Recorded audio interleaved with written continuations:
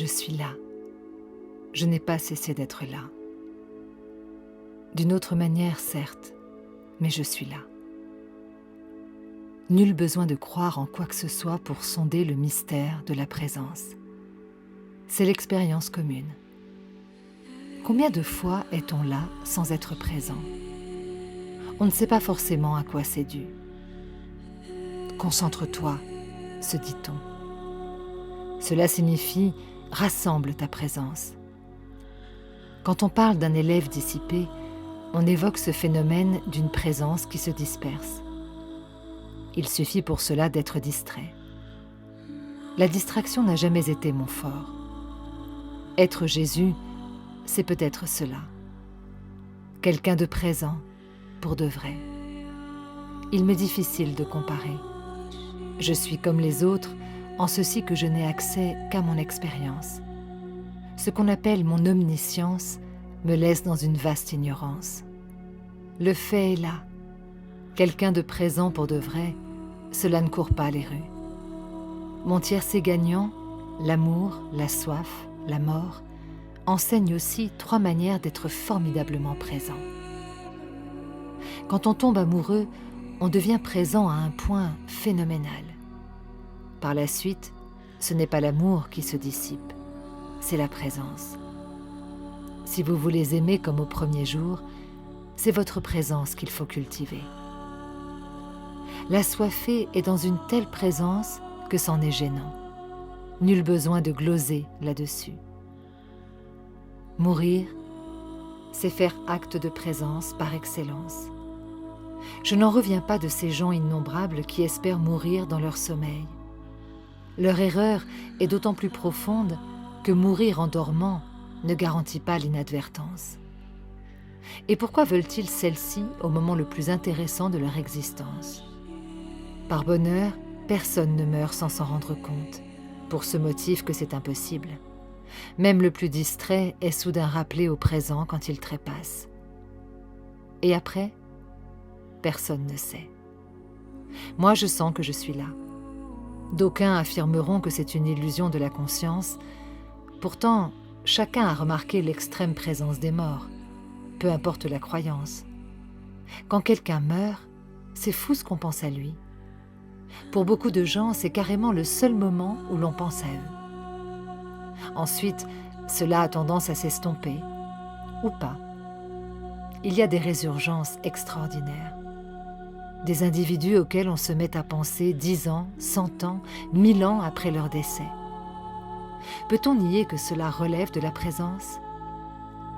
Ce que l'on voudrait savoir, c'est si cette présence est consciente. Le mort, sait-il qu'il est là? Je prétends que oui. Mais comme je suis mort, on va dire que je prêche pour ma chapelle. Admettons que je ne sois pas n'importe quel mort. Là encore, je ne sais pas. Je n'ai jamais été un autre mort que moi. Peut-être que tous les morts se sentent aussi présents que moi. Ce qui disparaît quand on meurt, c'est le temps. Étrangement, il faut du temps pour s'en apercevoir. La musique devient l'unique chose qui permet d'en avoir encore une vague notion. Sans son déroulement, le mort ne comprendrait plus rien à ce qui s'écoule. Au bout de plusieurs chants, j'ai été mis dans le sépulcre. Beaucoup de gens sont plus effrayés par leur enterrement que par leur décès. C'est une terreur qui n'a rien d'absurde. Mourir, pourquoi pas? Être enfermé dans un caveau, éventuellement avec d'autres cadavres, quel cauchemar. La crémation, qui rassure certaines personnes, en a peur d'aucuns. C'est une crainte qui se défend. Ceux qui crient haut et fort « Faites de mon corps ce que vous voudrez, je m'en fiche, je serai mort, ça m'est égal », n'ont sans doute pas beaucoup réfléchi. Ont-ils donc si peu de respect pour la portion de matière qui leur a permis de connaître la vie pendant tant d'années? Je n'ai pas de suggestion quant à cette question. Il faut un rite, voilà tout. Et ça tombe bien, il y en a toujours un. Dans mon cas, il a été vite expédié, ce qui est normal quand il s'agit d'un condamné. Une exécution suivie de funérailles nationales, on n'en a jamais vu. J'ai été enveloppée, avec des gestes très doux, dans un linceul, et entreposé en un renfoncement du caveau, un genre de couchette. Les gens ont pris congé de moi et ont refermé la porte du sépulcre. Alors, j'ai connu ce moment de pur vertige. Être laissé seul avec sa mort. Cela aurait pu très mal se passer. Est-ce parce que je suis Jésus que ça a été si merveilleux? J'espère que non. Je voudrais que ce soit ainsi pour le plus de morts possible. Dès que tout a été fini, a commencé ma fête. Mon cœur a explosé de réjouissance. Une symphonie de liesse a retenti en moi. Je suis restée allongée pour explorer cette joie jusqu'à l'instant où je n'en ai plus été capable. Je me suis levée et j'ai dansé. Les musiques les plus grandioses du présent, du passé et du futur ont déferlé en mon sein et j'ai connu l'infini. D'habitude, il faut du temps pour comprendre la beauté d'un morceau et s'en exalter. Là, il m'a été donné de déceler le sublime à la première écoute. Ces musiques n'étaient pas toutes humaines, même si beaucoup l'étaient. Elles provenaient aussi des planètes, des éléments et des animaux et d'autres origines pas forcément identifiables. Il y avait également à cette joie un aspect mécanique. Dans nos états d'esprit, les hauts ont tendance à succéder aux bas. Mais j'ai été touchée de constater que ce principe de compensation fonctionnait après la mort. Lorsque le caveau n'a plus suffi à contenir mon exultation, je suis sortie. On s'est beaucoup demandé par quelle magie j'y suis arrivée. Cela m'a été si naturel que je ne peux pas répondre. J'ai aimé me retrouver dehors. Le silence qui a suivi la musique a été un délice que j'ai hautement apprécié. Il y avait du vent et j'ai respiré à plein poumon. Ne me demandez pas comment un mort y parvient. Les amputés gardent la sensation du membre perdu. J'imagine que ceci explique cela. Je n'ai jamais cessé d'éprouver ce qui en valait la peine. J'ai débuté la vie éternelle. L'expression consacrée ne signifie encore rien pour moi. Ce mot d'éternité n'a de sens que pour les mortels. Il existe plusieurs versions de la suite. Voici la mienne. À force de me promener là où j'en avais envie, j'ai rencontré des gens que j'aimais. Quoi de plus naturel là aussi? Je n'avais aucun désir d'aller dans des lieux qui me déplaisaient, ni de rendre visite à des fâcheux. Comment expliquer qu'on m'ait vu et entendu?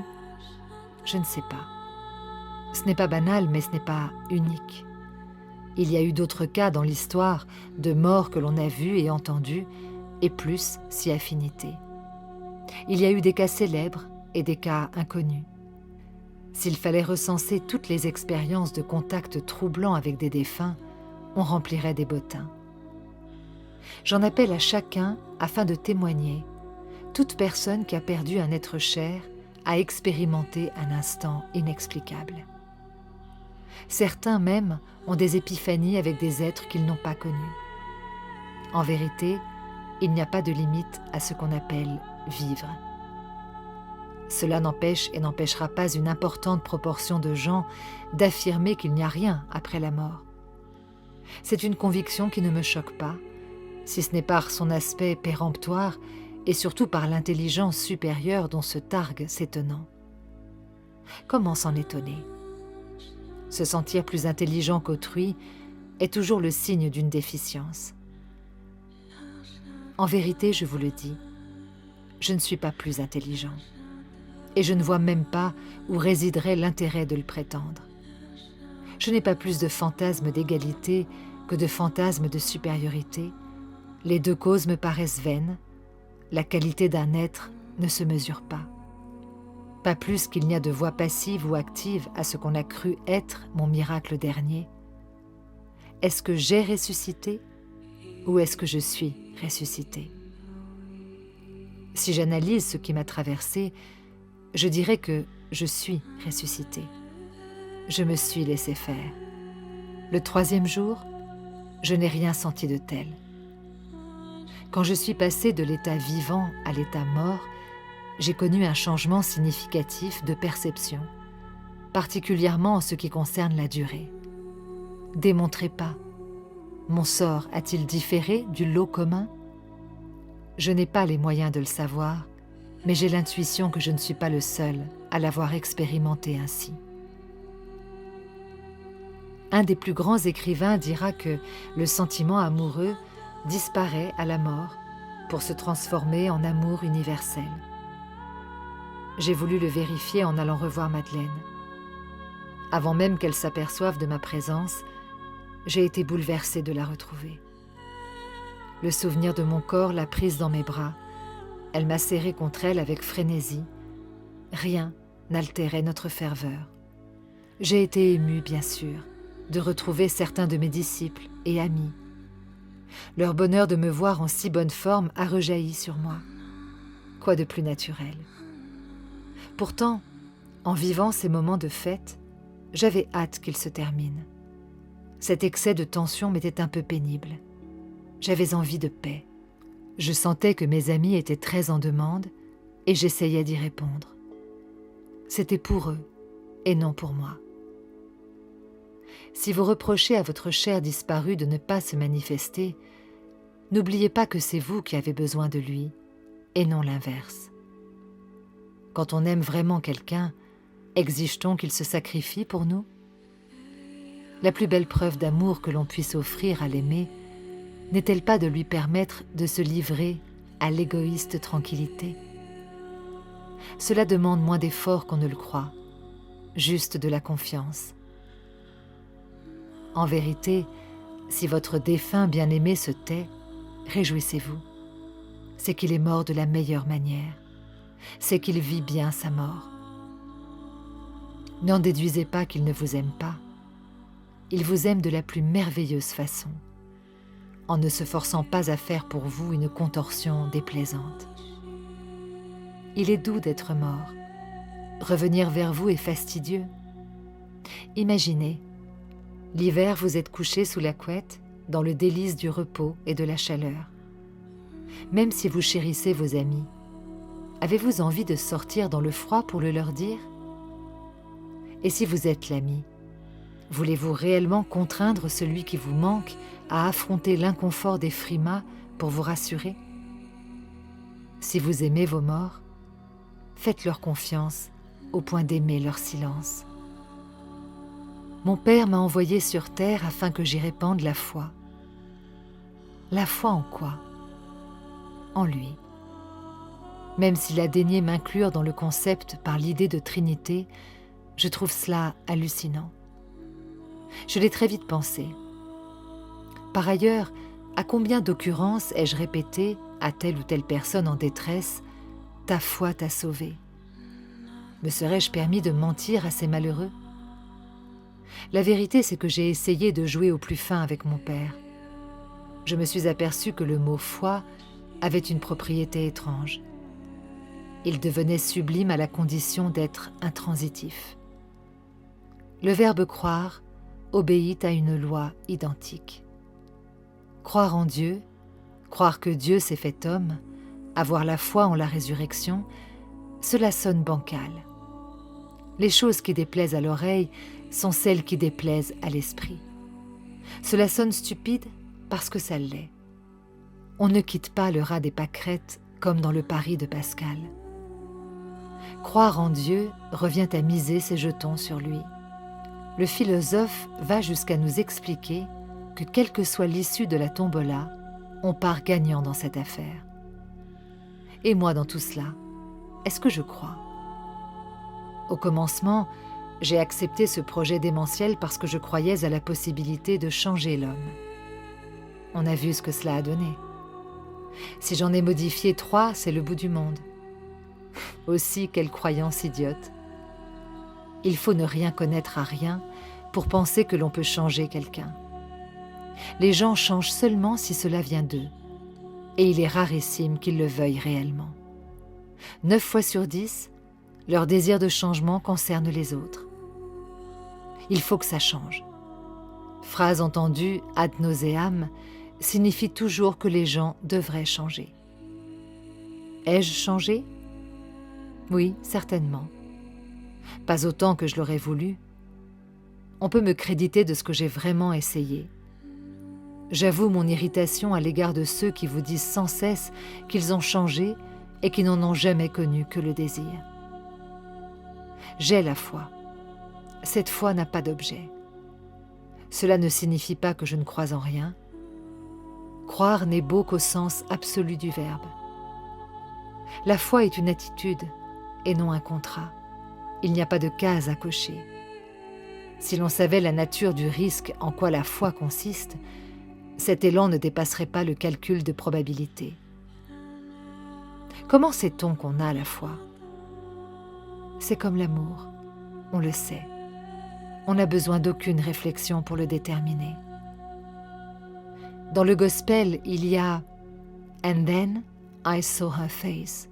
Yes, I am a believer. » C'est exactement cela qui montre combien la foi et l'état amoureux se ressemblent.